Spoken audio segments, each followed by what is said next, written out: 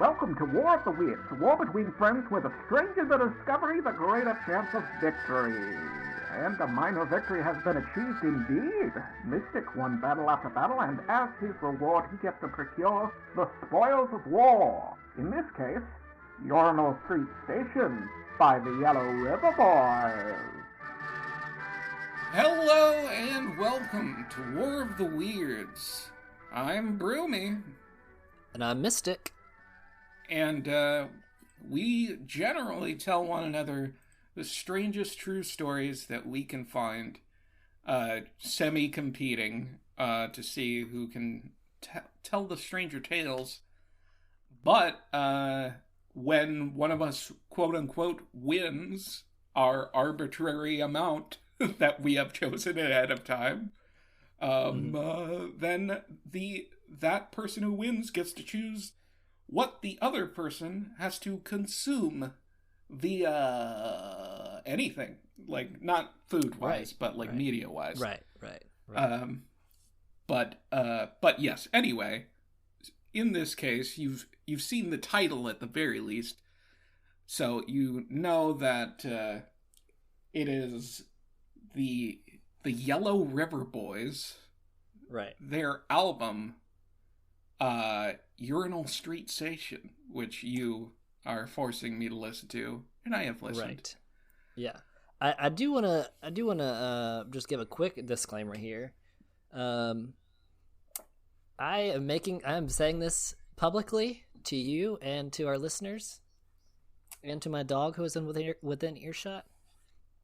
For my next 5 episodes, whether it's the Spoils of War, or like a regular episode, or the bite-sized battle stuff, it's gonna be no excrement mentioned at all, because I'm just trying to keep it a little less gross, and I talk about poop and pee a lot, because those are weird things that people use for lots of things. I only bring it up the past couple episodes because I thought it was funny. I don't care if you do or don't. It's fine. I mean, I want to challenge. I have a couple of things planned, so we'll see. But get ready, because in 6 episodes, it's coming out again. That's holding it for a long time. Yeah. It's the longest road trip ever. Right.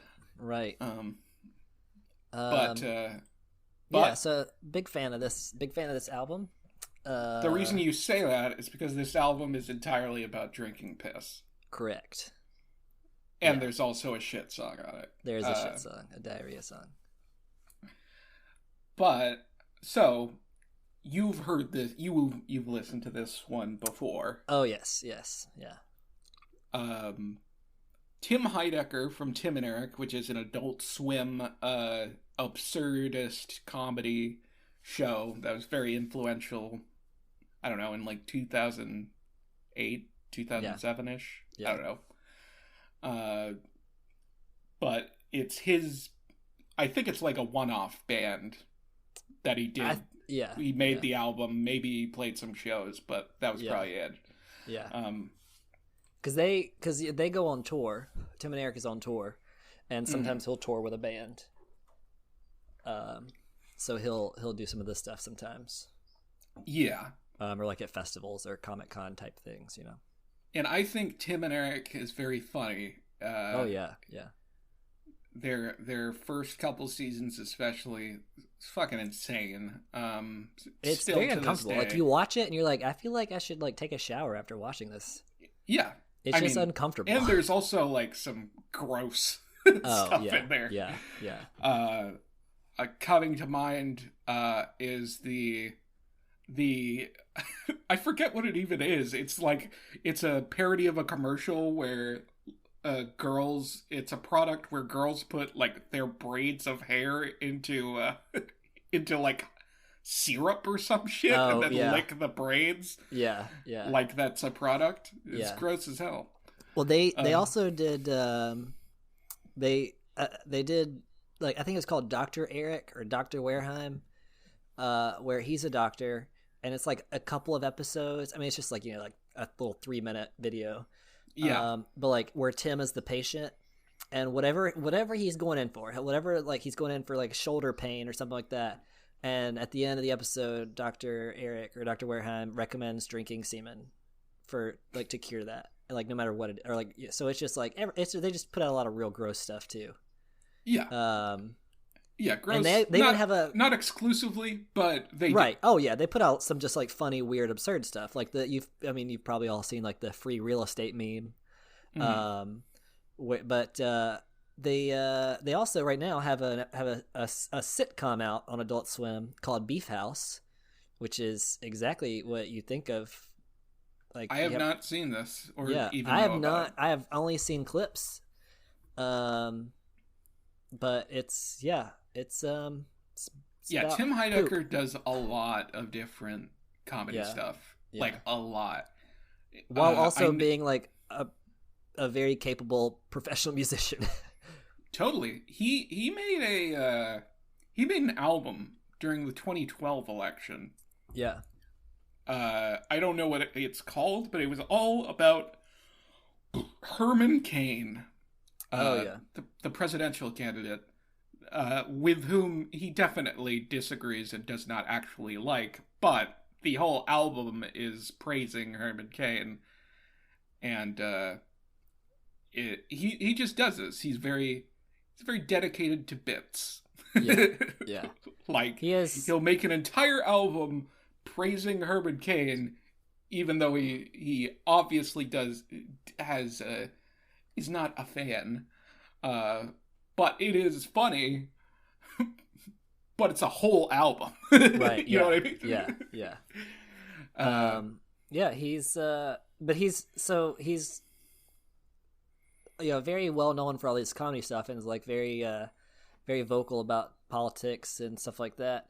There's not a lot, like it came out, it was a surprise when it came out. He wrote one of his albums. It's called In Glendale. Came out in 2016, and he like talked about like being a dad and just like living his life and stuff like that, and like a lot of very like true music, true to his life. And people, like the first time that people knew that he had a family or anything, and he's like, yeah, I have a wife and a daughter, or like 2 kids now or whatever. Yeah. And like nobody knew like anything about him, his personal life. He kept it very, very secret. Turns out he had been like stabbed one time by like someone on drugs in like a diner or something. Yeah, it was just like he just like never talks about his personal life. He just like, I'm here for comedy, and that's it. Yeah. Interesting guy. He is super interesting. I've listened to him in podcast interviews, and he's very, very dry. To the point where like I do not sense the humor. Yeah. You know what I mean? one of my favorite things about Tim and Eric, and Tim Heidecker does this more because I think he is a little bit more active. Like Eric Wareheim does, his bits and does his videos and stuff like that, and he's even been in Master of None with Aziz Ansari. But Tim Heidecker is one who's like putting out podcasts and like going on, I don't know, like has more of an internet presence. And one of the things that Tim Heidecker will do, but they have both done, and they're funny and also uncomfortable to watch at the same time. When they do interviews, they always they are the worst people in the world.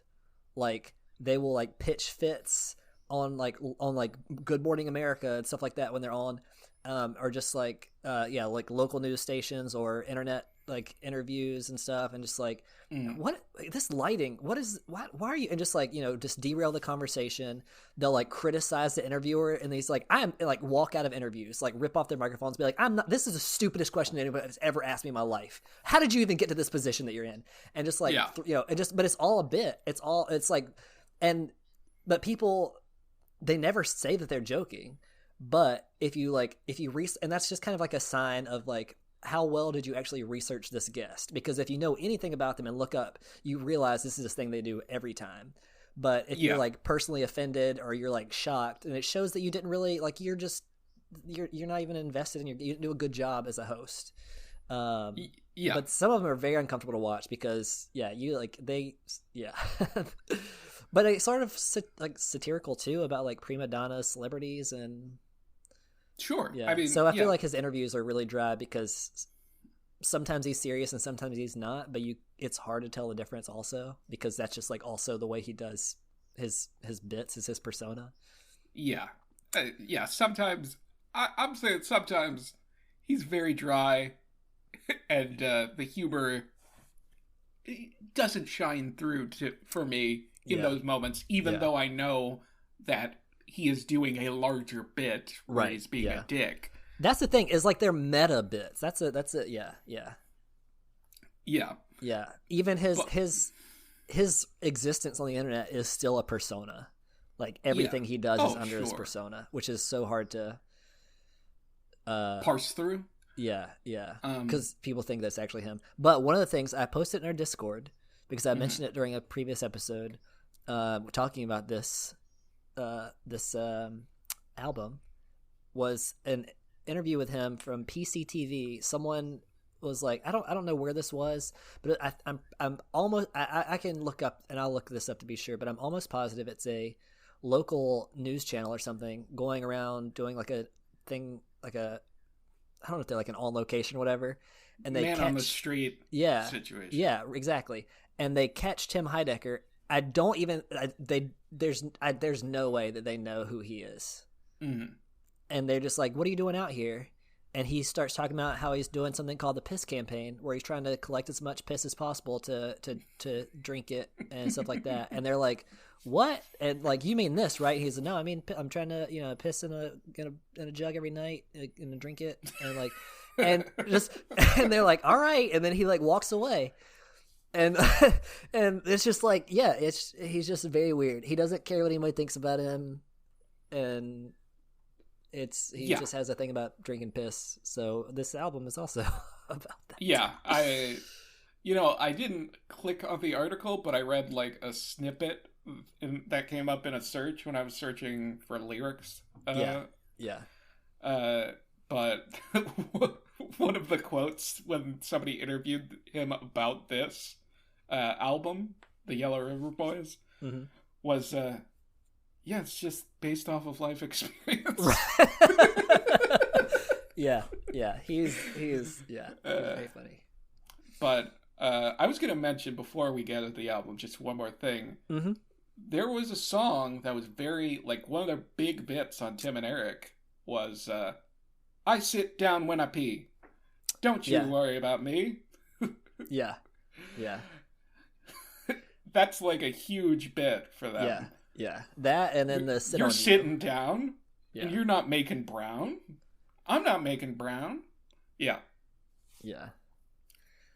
What were you saying? Oh no, and then John C. Reilly, the Dr. Steve Brule, they've done, which is like on the Tim and Eric's show, and he's talked about like pooping in his diaper and like going to wearing a diaper at like a daycare for adults and stuff. But fun fact, like Paul Rudd got his start with Tim and Eric. That was some of his first things were Tim and Eric like working with them on stuff. Some of his first like TV appearances. Is that for true? That's what I have heard. And he did the Celery Man thing, which was a gimmick. I'm pretty sure I heard him. I'm going to double check this. But because in the Ant-Man movie, okay, no, he was in it. He had an acting debut in a television series. I think he was like, I don't know if he's a kid actor or no. He must have been an adult. But let's see. And then started getting into comedy, and did some Reno 911 stuff. And I'm trying to find, where is this? I'm just looking at his Wikipedia page now.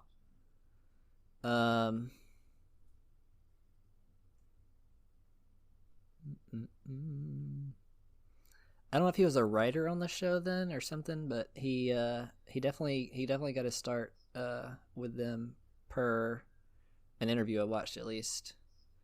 But anyways, Tim Heidecker was in one of the Ant-Man movies or Infinity War, or one of the Marvel movies with Paul Rudd.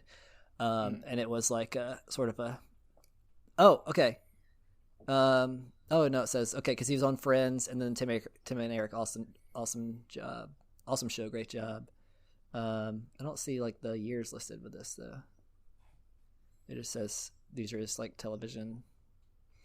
But anyways, so that was supposedly like a nod to them or like a thank you to him, since they were like lifelong friends.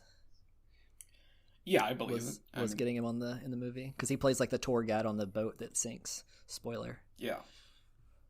Yeah, I didn't see it, man. Sorry, all you Marvel heads. Yeah. This episode ain't for you. This one's for the pea heads. Have you ever watched any of the On Cinema stuff? A little bit, yeah. Because they do that. He's like, I'm a big deaf head. Like they like whatever the thing is, they always make it a head. Yeah. And I know we have the pea head, the joke from that, but yeah, he definitely has it's like a Marvel head. Yeah. I mean that's a thing. Oh yeah, I mean it's a thing. But but they made it like they just like overdo it. Yeah, that's the bit they do. The bit is it. Yeah. But that's another Tim and Eric thing. If you don't know what On Cinema is, listeners. But yeah, or it's a Tim thing. Mm-hmm. Right. Tim and Greg Turkington, who I was gonna go see his show in May, but it was canceled for good reason. But it's like this tiny venue where like you have to walk through people. You just set up folding chairs, and it's like 30 people there, and then he has to like walk through all of you to get to. I mean, you have like 100% chance would have met him. Yeah. There's no back room or anything like that. It's just like a one big open room because it used to be a garage, and then he just walks up there. So, I mean, he does a very coffee character. So yeah, it's the worst. I've watched a lot of his stuff, and I told some people that like wanted to go with me. And I was like, no, because you're not gonna. It's horrible. It's horrible. Like it's intentionally horrible. But like, even though you know it's supposed to be horrible, it's still hard to watch. Yeah, like it's a joke. He does a very abrasive meta comedy character. Neil Hamburger. Yeah, and I could not. Crazy. There's a movie on Netflix or Amazon Video or something like that. The Neil Hamburger. I couldn't even finish the movie. Yeah, I didn't even try because I know that Neil Hamburger honestly isn't for me. Yeah. Oh, I tried twice and it still could not. But anyway, let's get to the album. Yeah. Urinal Station. So I didn't do what we've done previously, like write down my opinion on individual songs, right, as they came up. I just kind of vibed with it. Yeah. And paid attention, and I tried to look up lyrics. Not there's easily upable. Yeah, there's only a couple. So after the first song, I was like, well, fuck it. I'm not going to look at the lyrics. Yeah. So Hot Piss. Mm-hmm.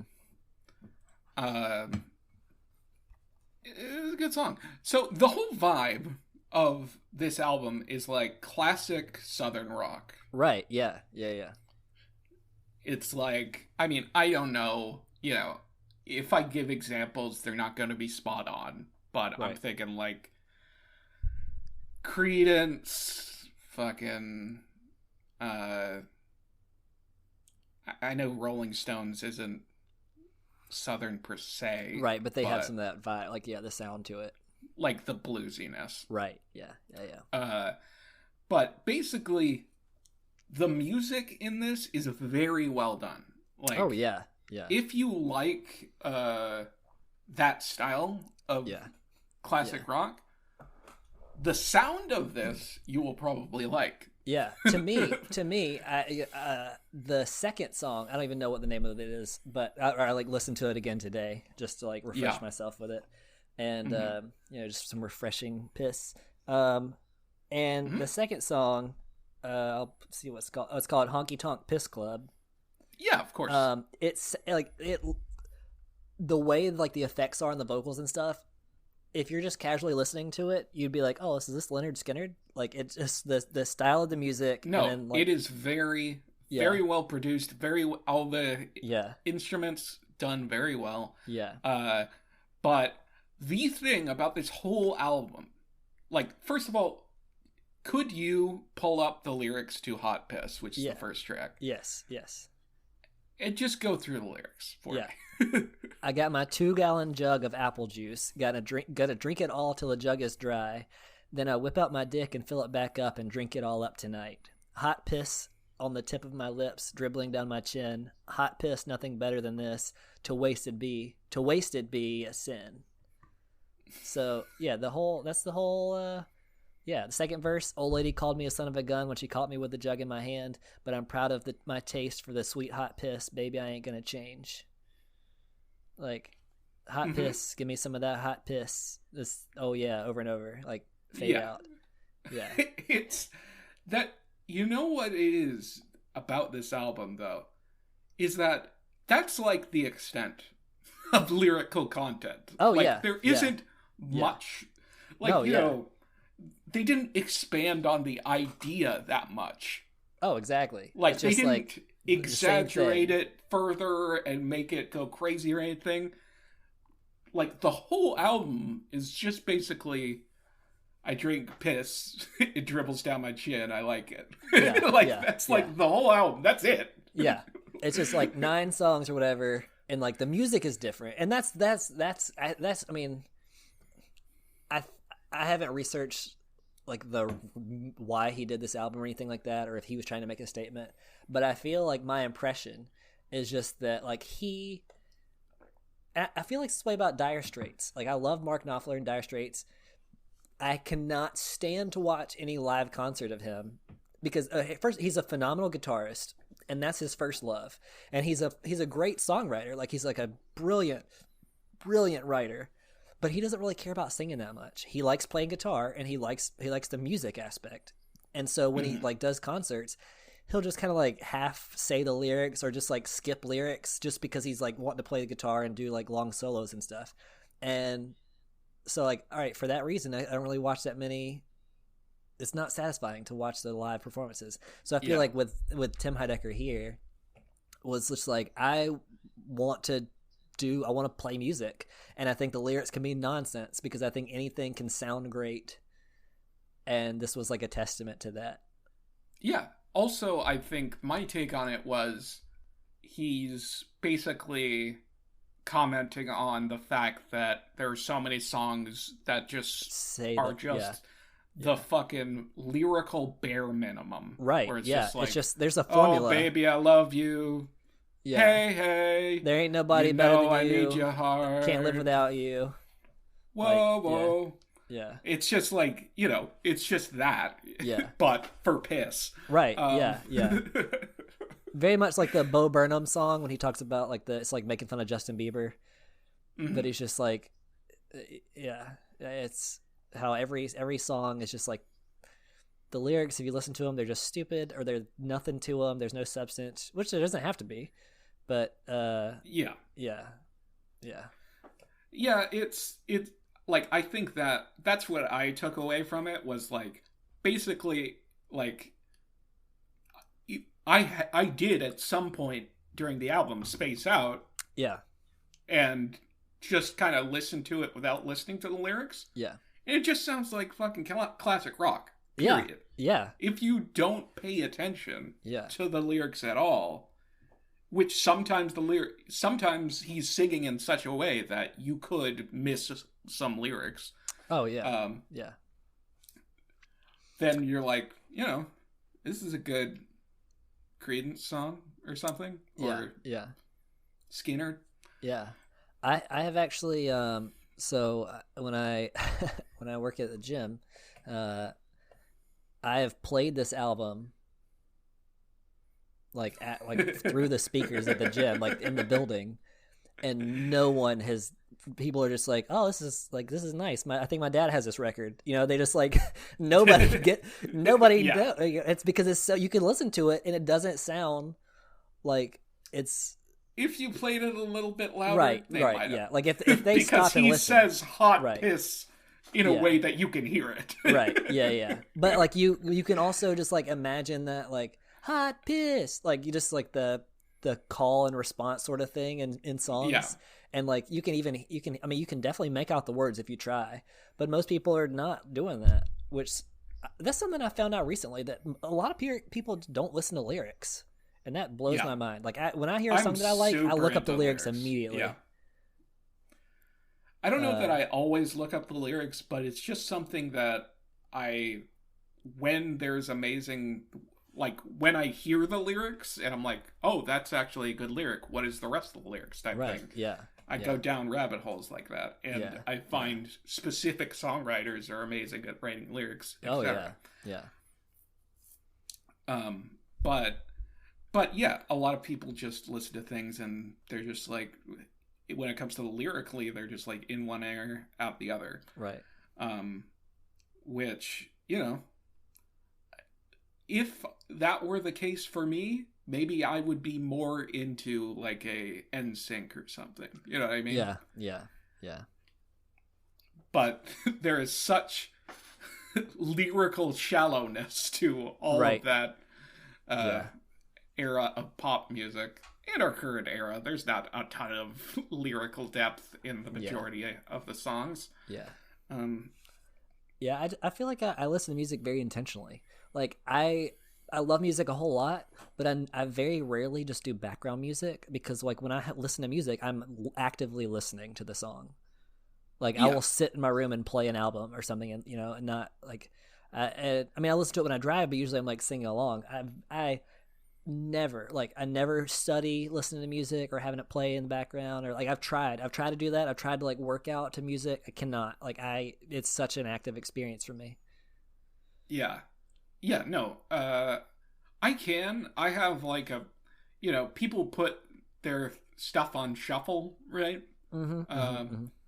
I have a playlist that I have on shuffle type thing. It's a huge playlist with thousands of songs. Yeah. But if I put just the songs that are liked on shuffle, which include just albums worth of songs, I'm gonna get a lot of fucking intermediary like not non-songs in there. You know what I mean? Yeah. Like skits from rap albums. Right. But I'll occasionally do that, like when I'm playing a video game that is not like a story-driven video game, and I just want to fucking zone out and chill. But I love listening to full albums because I like seeing what people will do with them and revisiting them. Yeah. I don't know that I'm gonna revisit this album. I still do, just because like not this. It is something that's not you have to kind of disregard the lyrics, but I think the fact that I know the lyrics are such nonsense that is what it gives it another layer for me, is just because it's so well done, and this shows that he very easily. I mean, he did put out the Glendale album, but he very easily could be a professional musician, and he does go live on Instagram a lot, and like will play the piano or play guitar and stuff and write songs, and but he's just like, this is truly just a passion. Like, I'm not out to get fame. I'm not out to like, I just want to write what I want to write, and I want to be silly about it because I'm a comedian, but he has the skills to be like great. Yeah, absolutely. He also had a project called Heidecker and Wood that I listened to some of it, and I'm like, well, it's not for me. Yeah. Soft rock. That's I don't know if there was a bit there, but I didn't see the bit. Right. But yeah, no, he's at a certain level, and he obviously cares about the quality of the sound of the music. Yeah. But that being said, I think it's just a matter of, like, I think the bit is funny. Like, I think the fact that he has this album is funny. Yeah. You know what I mean? Yeah. Yeah. Like, the fact that the album exists and experiencing the album, I'm glad I did.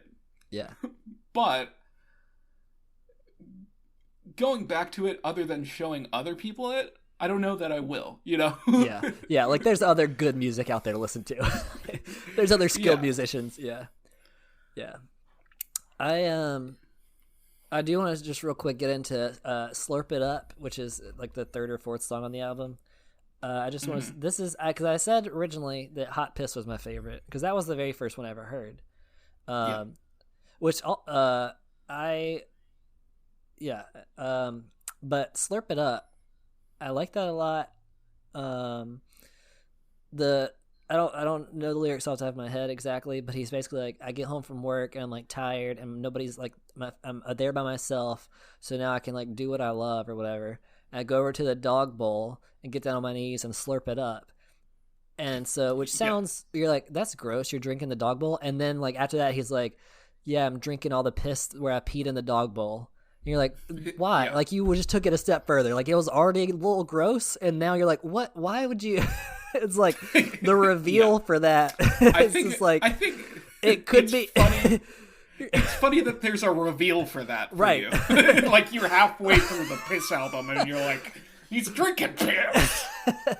It's just like you didn't have to go there, but he did. Yeah. I don't know. Yeah, it's all funny to me. I would love to know. The bad thing is, even if you met him and like tried to ask him a serious question, you there's no way you could trust that his answer is genuine or if he's just doing a bit. Oh no. So, but I would definitely love to know. Like, just tell me about why? Why did you write this album? What made you do it? Or is it like, were you trying to prove something to somebody? Do you have like a weird piss fetish that you're trying to like hide in plain sight? Like you make a big deal about it and people just think, oh, that's your thing, you know? And no, you know. My guess is that he thought that the having an album that you basically play straight, like there aren't jokes in it. Right. It is just, I like to drink piss. Yeah. And you just play it straight, and having like a good sounding album like that. Yeah. That is funny. Yeah. So, like, not necessarily the album itself is hilarious. Right. But the fact that it is funny. Yeah, and I think that's something that, like, part of the genius, in my opinion, is that it's not insanely over the top. You know, like you mentioned, like, that's pretty much the extent of the lyrics. It's just like, I like to drink piss. But, like, he could have gone so much further.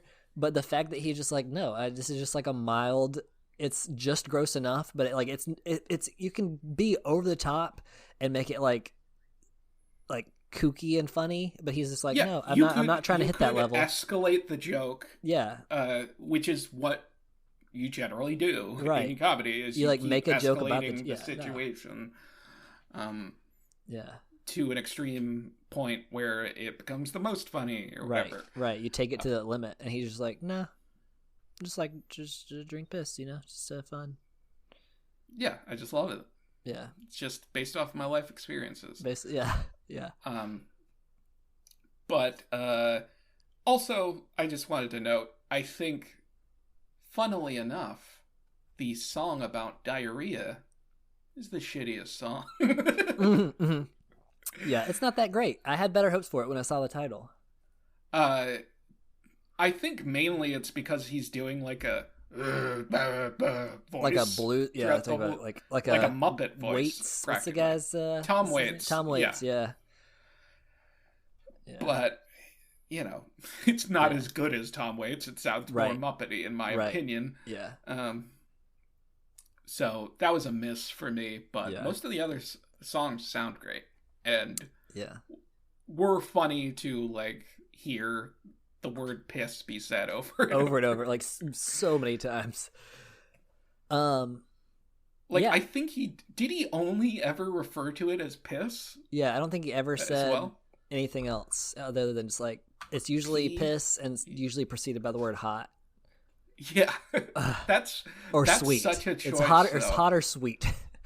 That's such a choice that he made there. Oh because if you're only writing about one subject, right, and you're not even gonna use fucking, what is the word, synonyms, right, and like the band, and the album about name, it. Yeah, the band and the album name are both puns.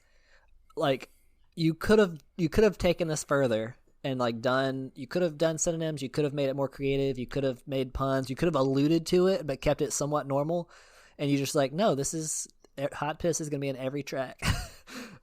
yeah. But yeah. But I mean, that's pretty much my thoughts on it. Do you have anything more to say about it? The only thing I have two things. One, I'll end with that, and then if there's any closing you want to do. So the first one then is, part of me thinks that he definitely enjoys genres of music, and I think that he just sometimes puts out songs that are in a genre, just like, here's the basic blues song, or here's like the basic, and then I say basic and like not in this, it's simple.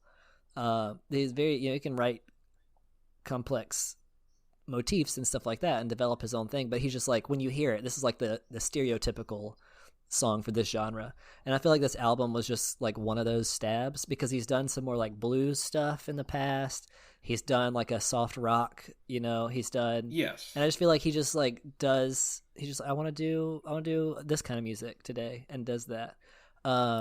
He definitely loves the Beatles and stuff. And one of the Herman Cain songs is like, just sounds like a song by the Kinks, which is like a Beatles, like a Beatles folk rock band, pop-ish weird mix.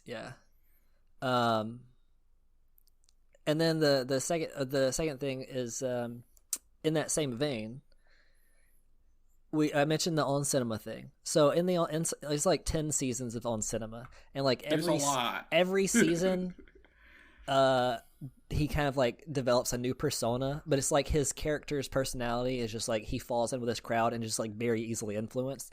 So he writes a song in one of the seasons with a band, and it's just like a normal sounding song. And then he, like the next season, he like falls in with like some punk rock stars, and so he reproduces the same song but like from a punk rock point of view, like same chord progression, everything, but just like produced differently. And then then he does like some techno, kind of, what's the other word, EDM type electronica, just like all that. And electronica is what I was looking for. But and then like reproduces the song, same song, just produced in that style. And I think it's pretty funny that he's just like, it shows that like the fluidity of music, I think, but also like how you can just write a hit and then adapt it to fit whatever climate there is. Which I don't know. I don't know if it's like funny or genius that he's just like, anything can be a hit, or anything can be anything. But it kind of like, because there's like, the radio releases, the pop edition of songs, like Taylor Swift, she had songs on country music stations, and then she had like the pop versions that were played on like, hit like top 40 stations. And then like you get album, like Sia has like, her albums have like different versions on them, and like the special features at the end of the album, where it's like the demo version and the rock version and then the rap version and then the so it's, I don't know. I think he's very funny to do what he does, and just like play around and kind of show, I really don't know if he's saying something about the music industry, and I don't know what it is, or if he's even trying to, if he's just like having fun. I'm sure he's having fun. Oh, he's definitely having fun. Like, I don't think he does anything he doesn't want to do. Or if he's just like, wouldn't it be ridiculous if I can make a persona that just like talks about pissing all the time and gets famous? And he did. So like maybe all of his career is a bit of like about this, about his fans. Everything was leading to piss. Yeah. But I mean, that's a good song title for him. All roads lead to piss. All roads lead to piss. But my closing closing statement here is for you. I not for you, Broomy, but for you, anyone listening. I'll just fucking stop listening then. Yeah, Great. This is not for you. So Bye. Tune out. No. But just I encourage you to play this album and see how long you can play it, like in your car with people in it, or like in your house or wherever you work. I mean, don't get in trouble at work, but if you have coworkers that are funny, but like see how long you can play this before people realize what it's about, because it legit sounds like just a regular album. So my challenge for you is to see how far you can get.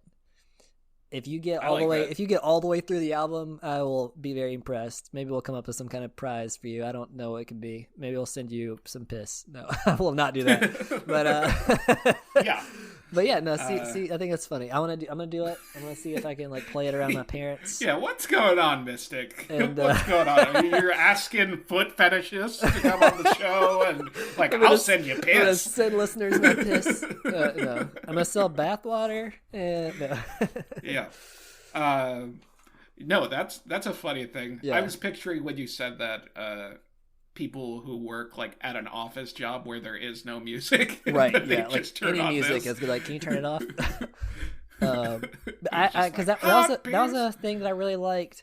There was a thing around Thanksgiving where it's like text your parent or guardian or whoever, and like ask them how long you're supposed to microwave the turkey for, and then the responses are like, of course, all over the place. Like, because people think you're being legit. Like, what? Like, and then, some people are like, how do you even fit a turkey in a microwave? But the goal is, like, just, it's a meme. You just, you do this text and then, like, post your parents' responses that are funny or whatever. That's and fun. Then, so, I think this is that. It's the P-head challenge. Yeah, P-heads. If you're going to be a real P-head. You gotta rise up. Yeah. P-heads rise up. People say gamers rise up. Gamers don't got nothing on us. We're P-heads.